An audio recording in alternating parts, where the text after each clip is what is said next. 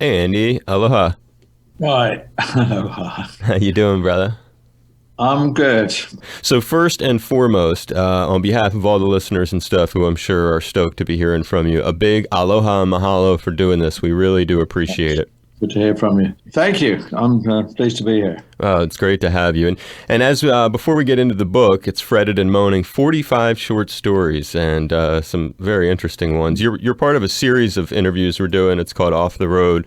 We've been connecting with artists around the world during the pandemic, hearing about their experiences, new projects like the book, and classic stories, obviously, from their career. So we just ask a few questions to sort of set up the bit each time. What city are you joining us from today? Los Angeles. Los Angeles. And is this where you've been since the pandemic began? Yes. Okay. And is there any interesting story as to, because everybody's had very different stories, some of them quite dramatic, sometimes people are on tour, you can imagine the different ways it's impacted folks. But as for yourself, is there any interesting story or stories as to how the crisis first impacted you, or any intense or moving Well, situations? yeah, well, it sort of crept up on us. We started to hear about it in the distance, and no, it was very strange. I mean, the biggest impact for me, I was just about to go to, the continent of South America, and I had 9 countries lined up to play in, and that was the end of that. So that was a big, suddenly carved a large hole in my life. So, And then in terms of the publishing of the book, any impact mhm. on doing that? I don't know how if it's impacted the book negatively necessarily. Maybe it's helped it, in fact, because what else are people going to do except Yeah. buy books? I've gone obviously on social media and I've read a couple of the stories, and we've been doing things and continuing to do things around the book. I'm going to make an appearance, at the Grammy Museum in LA. Slightly. I've been there, I've played there, I've been there. This will be my third time to the Grammy Museum, but this time it's all, sort of COVID protection things in place, which is a first. And I hope it doesn't get cancelled because I like it there. And yeah, but different world Right, suddenly. and things are getting worse again as we Yeah, speak. not good at the moment. And Yeah. when that tour, flashing back to the dates you were going to be doing in South America, because that's been an interesting part of everything. How people have, promoters, booking agents, venues, artists, everybody's been kind of backing the shows up, postponing them. What's the status of those? Do you plan on something for next year, or what's Oh, well, we're all hoping, I've been going to Brazil. It's like the other half of my life. I've been going to Brazil for over 20 years now. And I've never missed a year. Sometimes I've gone 3 times in one year. So I have a lot of friends there. I have a guy who always takes care of me there, sets up the tours and everything. So I've done various kinds of music there. So I have I have a rock band there, trio that we've had great success with.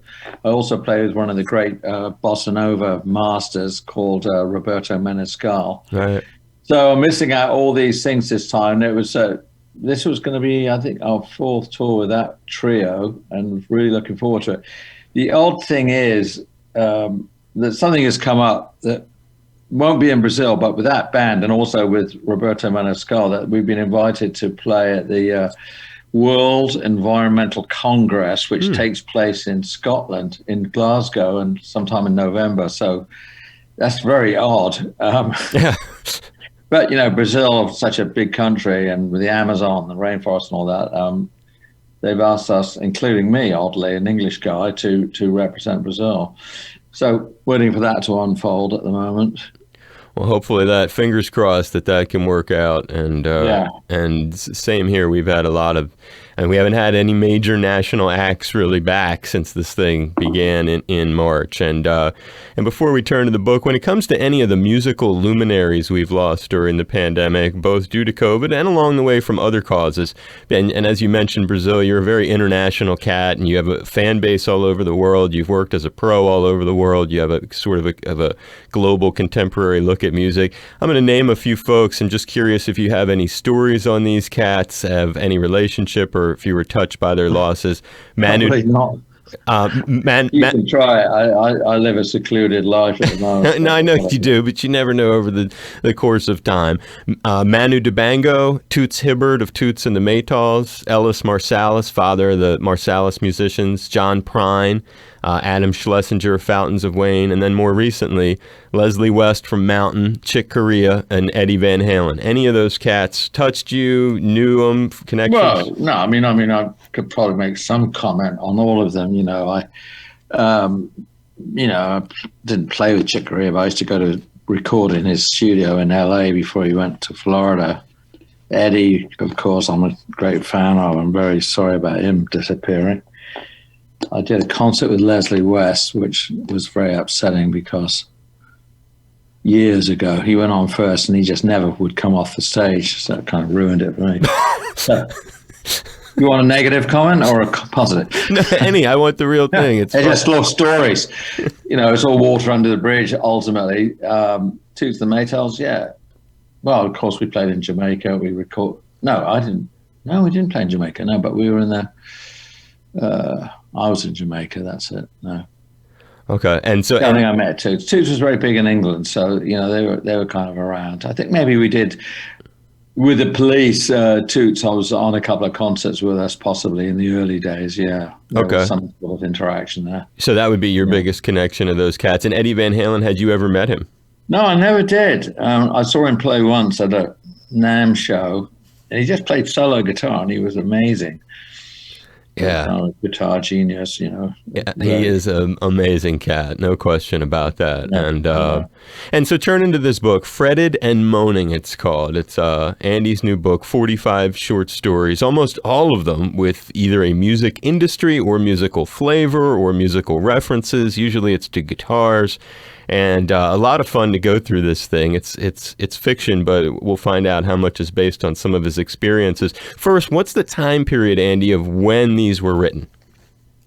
When they were written? Yeah. Well, there's a couple in there that were fairly old, like 8, 9 years old, and I had them around. I sort of wrote them for fun.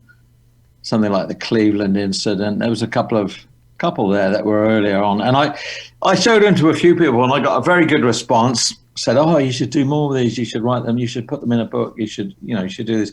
Anyway, I ended up about 3 years ago performing them on stage and reading the stories to the audience. And it went down a storm, and I got more encouragement. So I said, right, I am going to do this now. I'm going to write. I've written before. I had an autobiography out, which was turned into a movie. So writing's not new to me. I consider myself to be a writer. So then I just sort of took the time to, I had a lot of notes.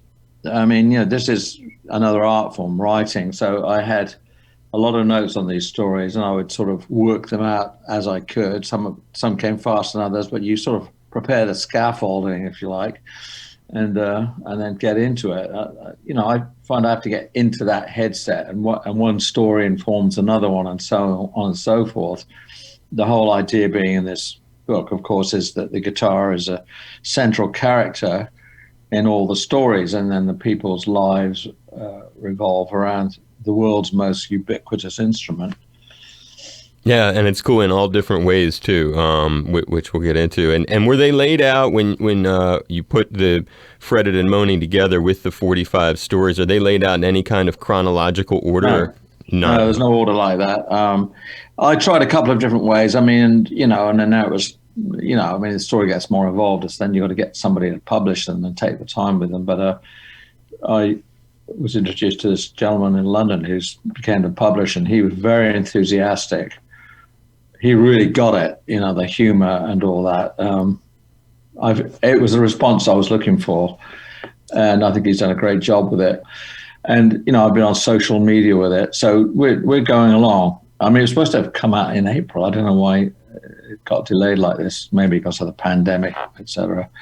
But so that's the general idea. I don't know that I was necessarily aiming it at guitar players. It's because I think the quality of the writing is way past, a rock and roll anecdote. This took, quite a lot of brain power to come up with all these different takes, how to wrap around the guitar in each story, but in a different way, whether it's a couple's, an isolated man, I don't know, guitar on its own, whatever, I just sort of kept going with it. And originally it was going to be 33 stories. I think The publisher liked the idea of making it, like a record, 33, but then we turned out to have even more than that, and so we've ended up with 45. So it's kind of dumb, but whatever. But you kept that record theme. I like it. Yeah, it's all right. It's cute, So well, I do have more stories actually. I don't know if we're ever going to do a part 2 of all this. Well, you'll do a 78. You'll call it.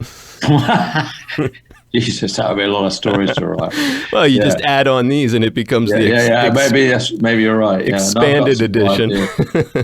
Now I've got this one. I'm I am working on another story, which I was sort of intending for a screenplay, but I'll see. I've got this great story in mind, but I might write it as a novella before I do like a screenplay thing of it. I'll see. Who knows? Right on, man. When did you start writing fiction? Well, I don't know. I mean, this. You said some of them were 8 or 9 years old. Is that when the fiction? Yeah, they go back a few. Not most of them were written about 2 years ago. I had a few around, and I'd sort of amuse myself doing them, and but it suddenly became, a serious proposition. I probably could do this. I'd written One Train Later, my autobiography, which was very successful. So it was in me, the writing thing. In fact, as the person I am, I have to write pretty much all the time. Newspaper things, magazine things, record. Why do you do? I'm always having to put, very good prose together. So I'm not a stranger to it at all. I mean, half my life seems to be writing. Sure. Things for people.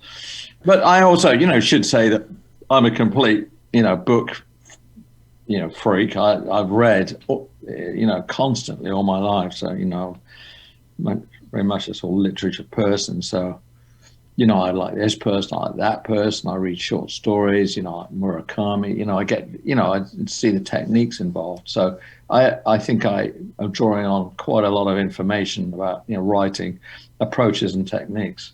Well, let's dial in on one of these that has a Hawaii connection in it. A Corpse in Tinseltown, based around a musician in L.A. in the 30s. And that's very good.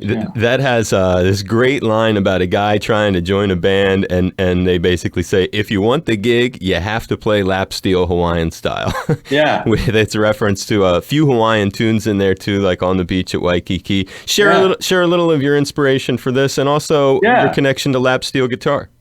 Yeah, all right. Well, of course, quite a lot of guitar players. In my arsenal of guitars, of course, I have dobro and a National, and I can play slide guitar pretty well and all that.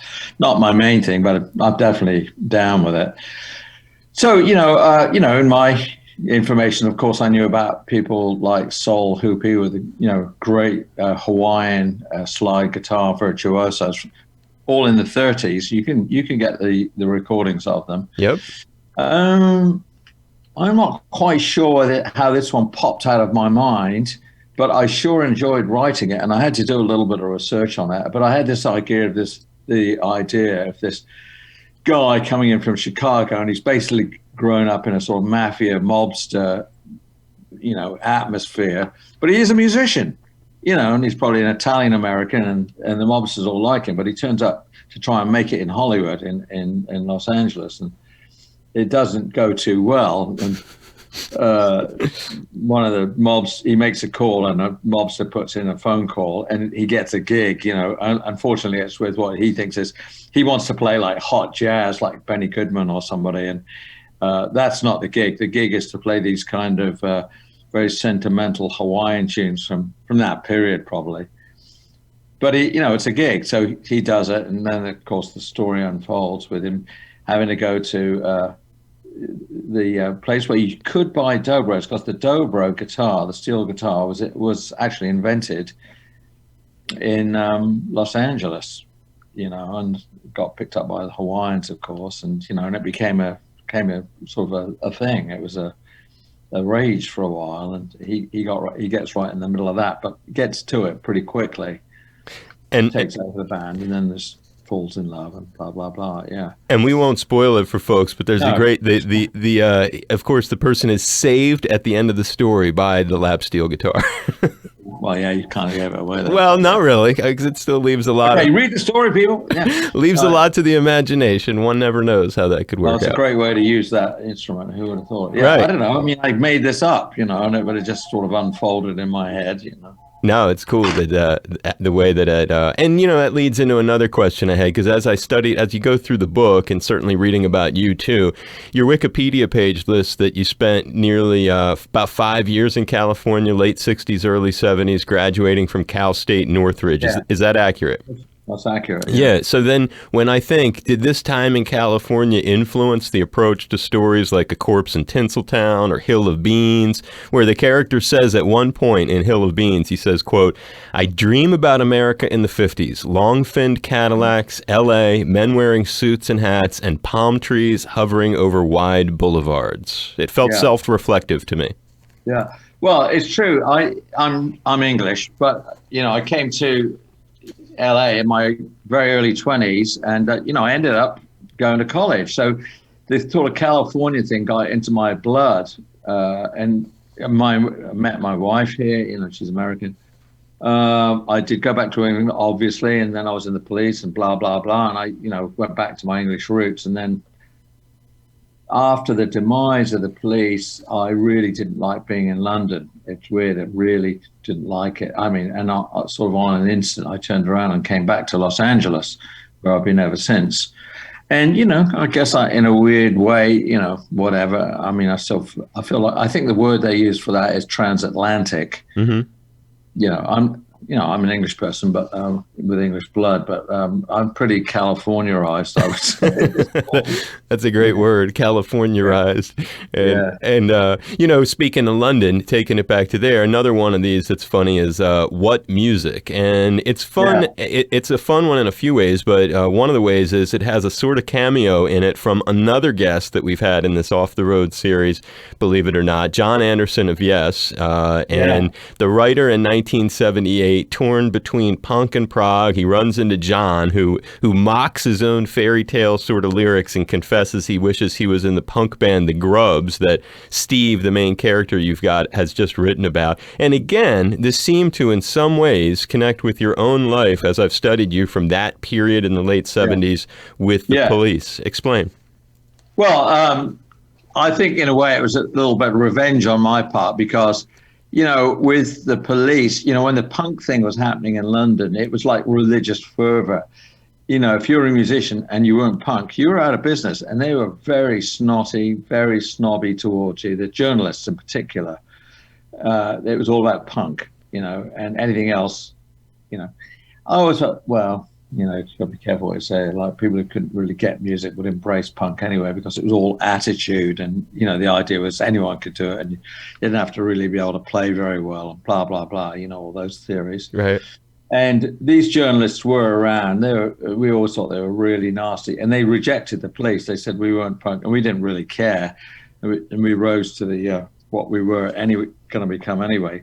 So this story. What Music is really centered in that sort of probably like 1979, 1980, that period when this was all going on. The punk thing was be all and end all of everything. Yeah. Sex Pistols were reigning, 77, 78. How does John fit into the real world life of Andy Summers? Well, it's really weird. I think I only met him once and in a kind of a crowded room at a party. That was it. Very successful guy. Yes, we were one of the biggest, maybe the biggest prog band.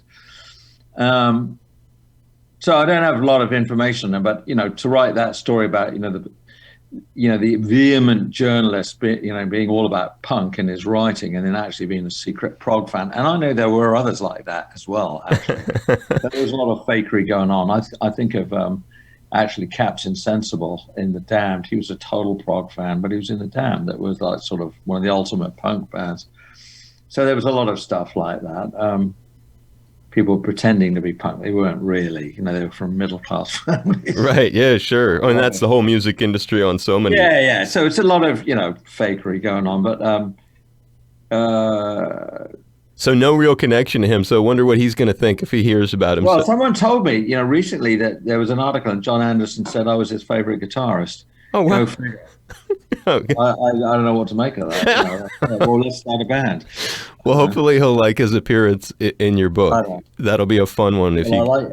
No, he's a great singer. I mean, you know, yes, in their time were very good. You know, I have a lot of admiration for Steve Howe and some of the things he did. I think he's the one who really set that band on fire. And John lives in California. He may not even be too far from you.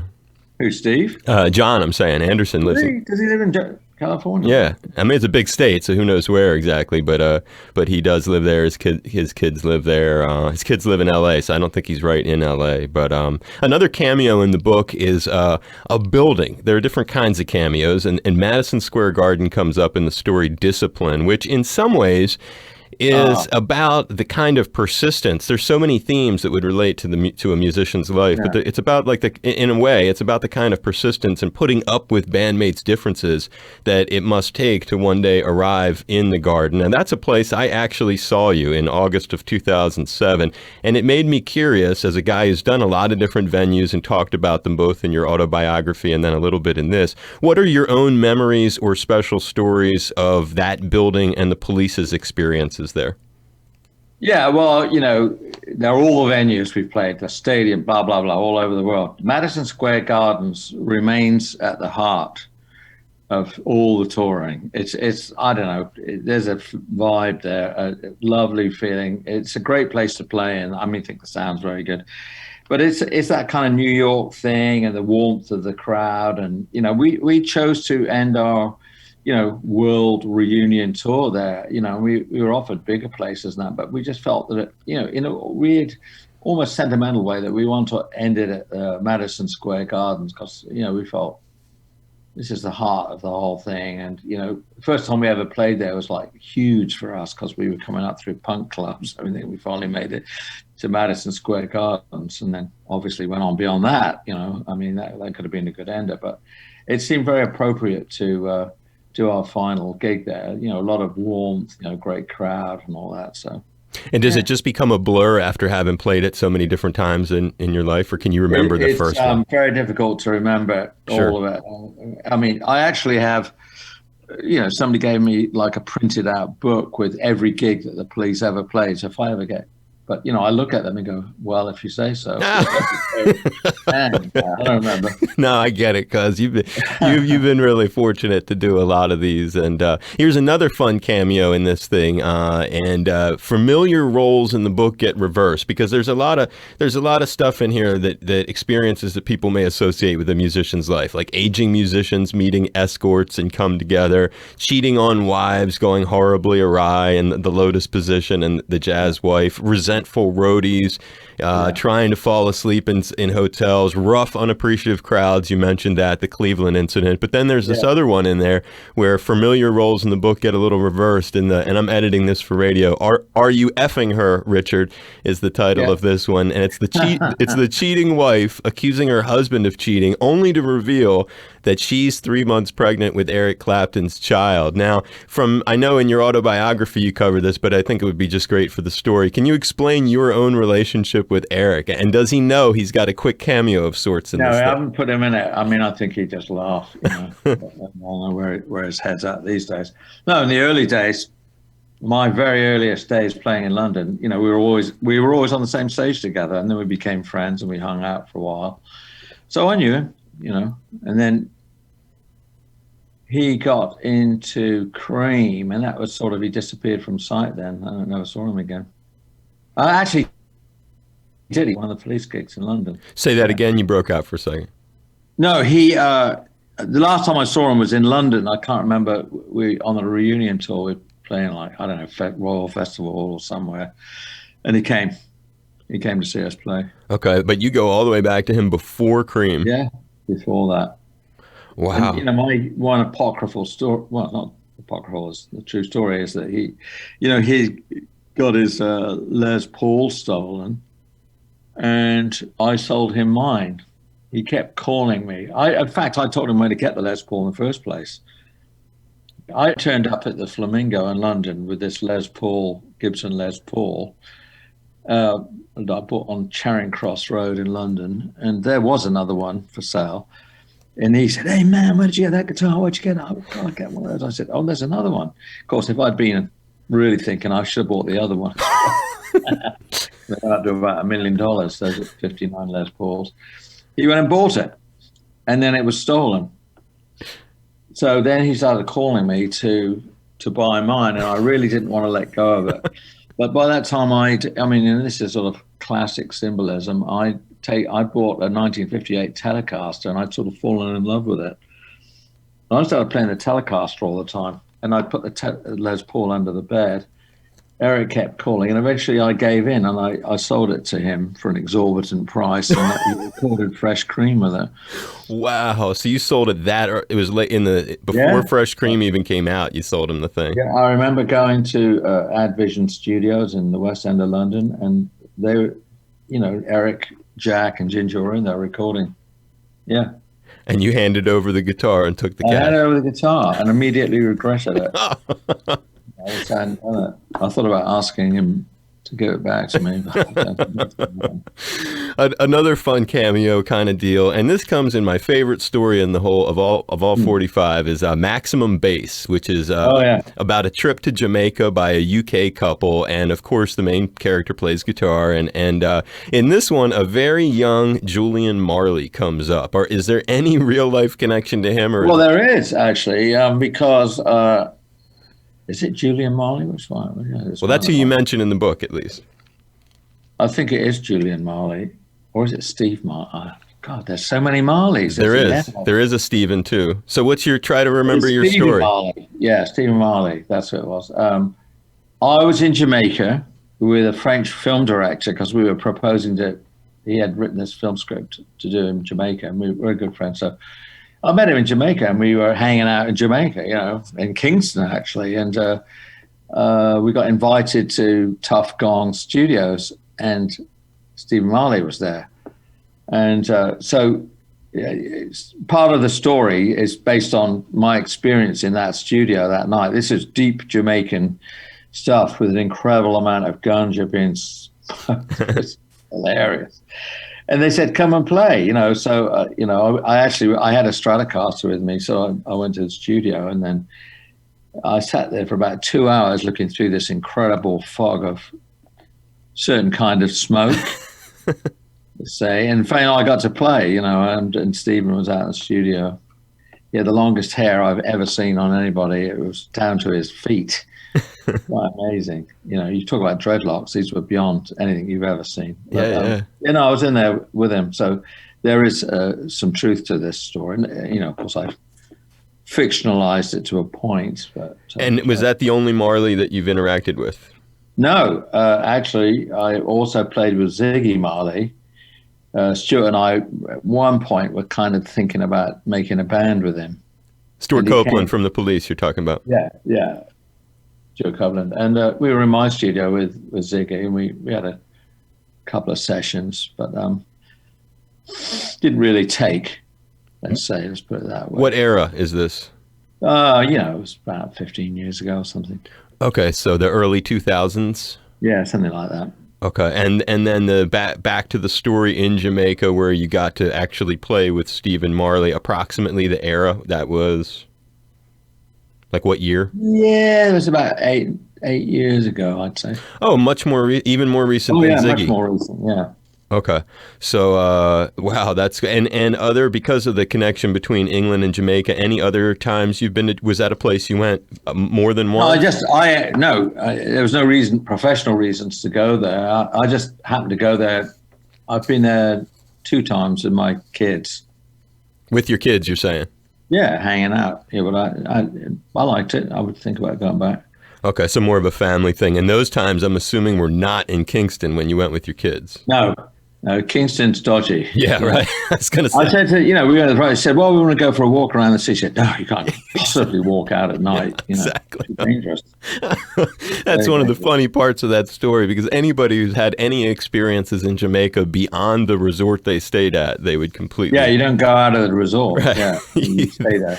They would get the story for sure. And I like that about it. And it's neat because there are other ways that it's not just in a contemporary sense sense, I feel obligated to say there's a lot of stories, they feature cliffhanger sudden endings. That's one of Andy's. He's got a knack for those. And there's twists of irony. Also, there's different eras, like the Sagebrush story, great cowboy version of utilizing the guitar in a story with one of those endings that is very ironic. Pearl-handled knife, also about ending up on an island with what seems like a stranded Japanese soldier still fighting World War II. And then this other one that in Flying V, again, important places, you cameo a few different things. In this one, the reverence for Clarksdale, Mississippi comes to play. Critical city for the blues. Is that a place that's important to you personally? Do you have any stories?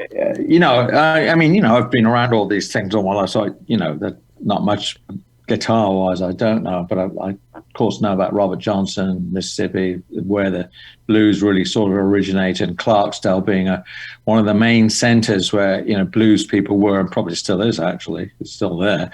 And in fact, I wrote this story and made sure I had the facts right about it, but sort of mythologized this, the greatest blues man of all time maybe never existed. Right. But, actually, it sort of got me interested in maybe going to Clarksdale and taking a look at it, just as a trip, to do. Oh, so the reverse happened after writing it. Yeah, reverse. Yeah, exactly. Now you're kind of interested. That's cool. Well, that's neat how things like that kind of play out. And in terms of places where you've got a connection, we're really fortunate here. We've got Steve, the mystery emailer, and he wrote me about a few interesting connections you've got to the state. And I don't know if you've got any memories of these with your abundant bunch of gigs, but you never know. First time you were here, Steve writes, February 8th, 1980, police performed at the University of Hawaii on the Regatta de Blanc tour. Price was $6 for tickets. You stopped here on the way to performances in Japan. Can you remember it at all? Yeah, I think so. I know we played in Hawaii. We played sort of on the way to and on the way back. It's for obvious geographical reasons. Yeah. No, I do remember it because as I got into photography, probably on those gigs, that was one of the first places I really photographed. I started really getting into photography, and some of my earliest contact sheets are from Hawaii. Wow, that's cool. Well, that's and there was another. You came back in '81 for a show at the arena, but then there's one that I'm assuming you might have some memory of because of some of the other cats on the bill. Steve writes that February 25th, 1984, the police performed before a crowd of 31,000 fans at Aloha Stadium on the Synchronicity Tour. Yeah. And on this day, you had both, what a lineup on the opening end. You had Bryan Adams, but you also had Stevie Ray Vaughan and Double Trouble. God, I didn't even know that. Wow. Yeah. Well, it happens. So you don't even remember that. Maybe you got in. Well, the way these things go. I mean, it's such a huge scene. So many people, so much security. We were probably in the hotel. Right, when it happened. Didn't even know. Then we finally get carted up and say, you're on in an hour. And we get pulled into backstage and we're ready. And then we go. Because otherwise, if you're there for every act and the whole thing, you're so wiped out by the time you get on stage. It's just too much. No, totally. And I understand how that goes with I'm used to hearing that answer. Stevie ever? I'm sorry I didn't see Stevie Ray Vaughan because I think he was one of the really all-time great blues players. You never saw him ever in your life? Never saw him, but of course I'm very familiar with him. Wow, that's neat. Well, these are some fantastic details of your life. And a lot of people may not know that your career actually began in the night. I mean, some people do. Obviously, you have a lot of fans, but there's a group of your fans that are probably more attached to your police career. And they may not know that you started in the 60s and 70s prior to the police, including working with the Animals in '68, Neil Sedaka later. And I was hoping you'd share a story that you tell in your autobiography, One Train Later, about being, according to this information, you're the first guitarist that Jimi Hendrix encountered after landing in the United Kingdom. That's pretty true, actually, because of when I was in London in those days, the band I was in, we were all very good friends with the Animals. And it was actually Chaz Chandler, who was the bass player in the Animals. He called me, I think before he even bought Jimmy over, and said, hey, man, I've got this great guitar player.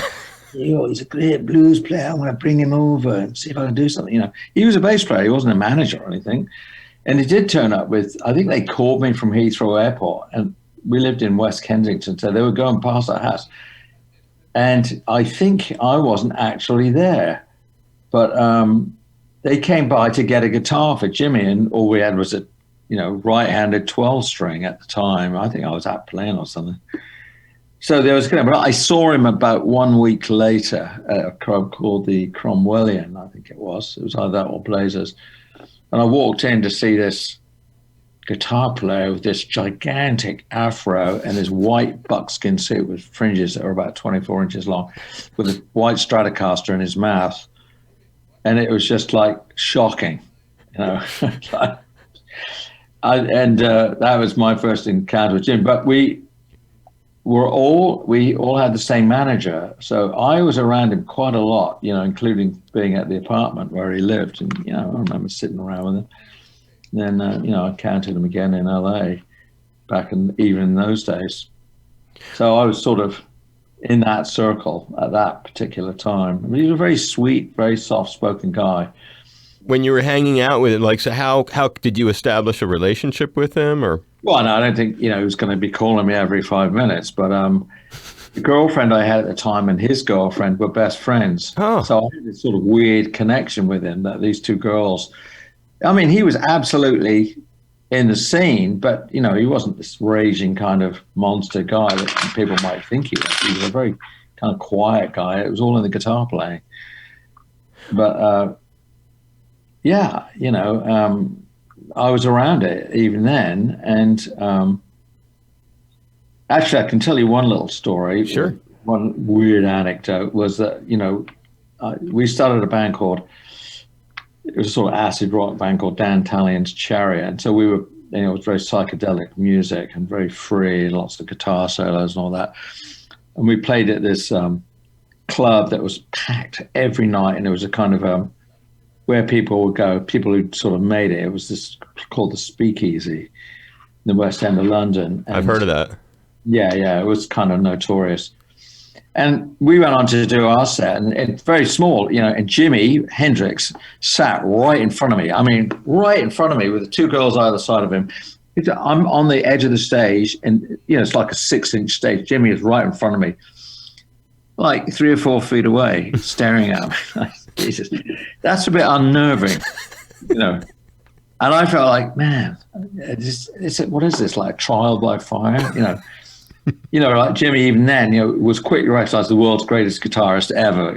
There was no one else. So it was very intimidating. So he already had that reputation. Oh yeah, it was like lightning. The word went out real fast. He blew away every other guitar player around. There was no one left after him. So from that quick, when Chaz brought him over, he already was known, or was he sort of? No, he wasn't known. He was he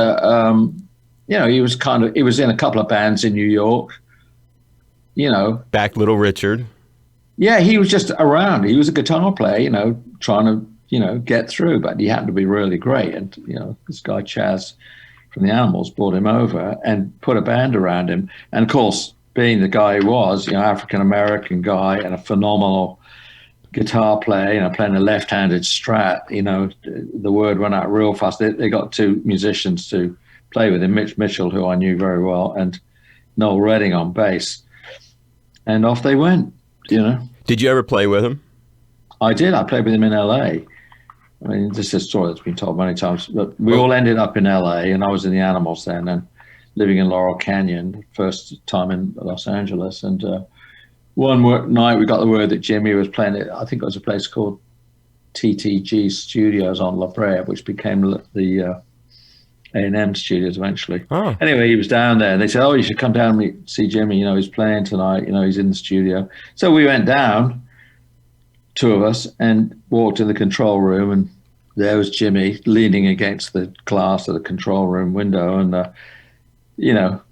playing the Strat at incredible volume, and it was just like a sort of shattering experience. It's kind of amazing, like a force from another planet or something. And anyway, he came in and said hi to everybody. It was very sweet. I wandered out into the studio, and Mitch was sitting at his drum kit. There was another guitar there, and I've never quite understood this. It was a Les Paul, but it was right-handed. Oh. So I picked it up and started playing. I started jamming with Mitch. And then Jimmy came back out, and he picked up a bass. So he started playing bass along with me, and we played along for about 15 minutes with me on lead and Jimmy on bass, which was sort of I couldn't believe it. And then finally he said, "Hey man, do you mind if I play a little guitar now?" And I said, "Yeah, sure, Jimmy." I took up the bass and off we went. Started all over again. And so that was it. And so you played only when he was on bass. You didn't both play guitar together at any point. No, he played bass, and I was the lead guitar. Right. And then when he when he wanted to play guitar, I went on bass.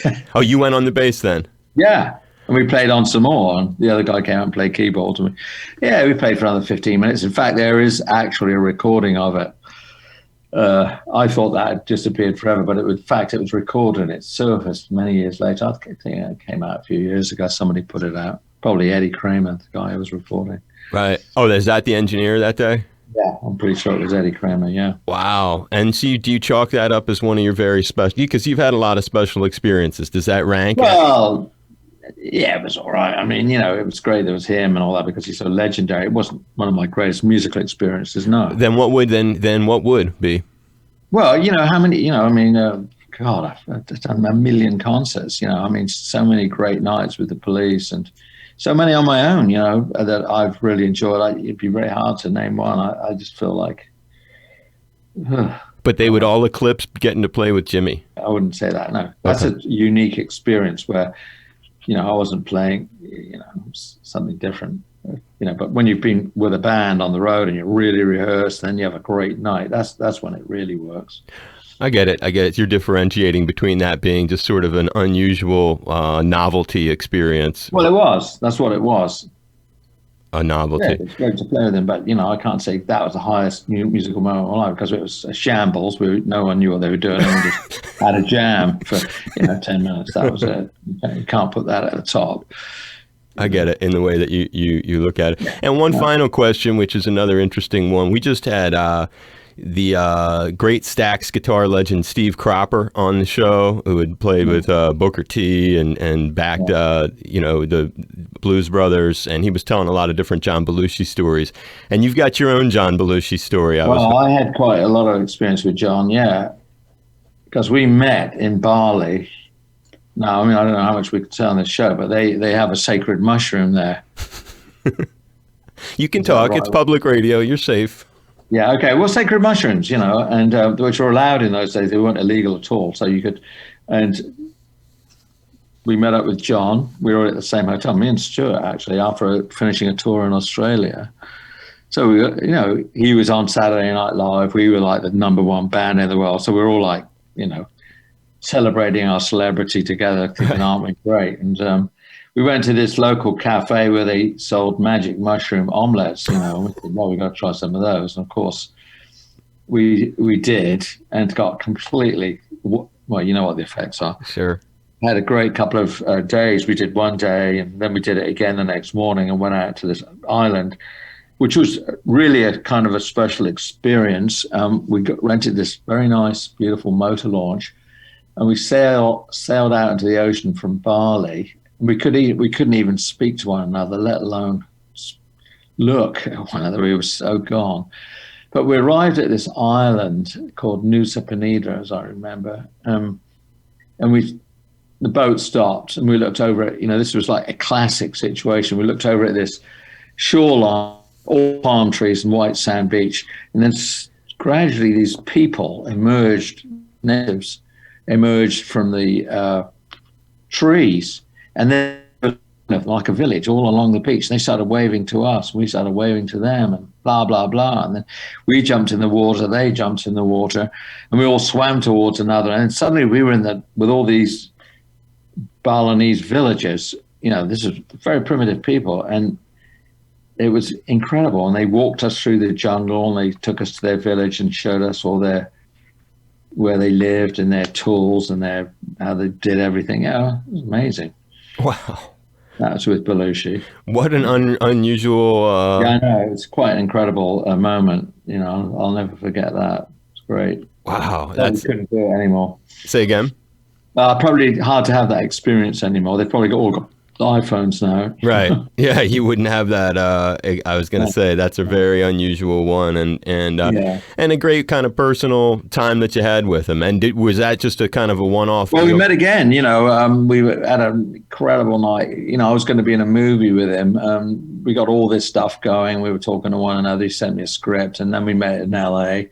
Had a couple of incredible, crazy nights. I mean, pretty crazy guy. I mean, just like you might imagine, he really was. But we had a lot of laughs, a lot of fun, and then we split, and then later, of course, he left us very sadly. I'm very sorry about that.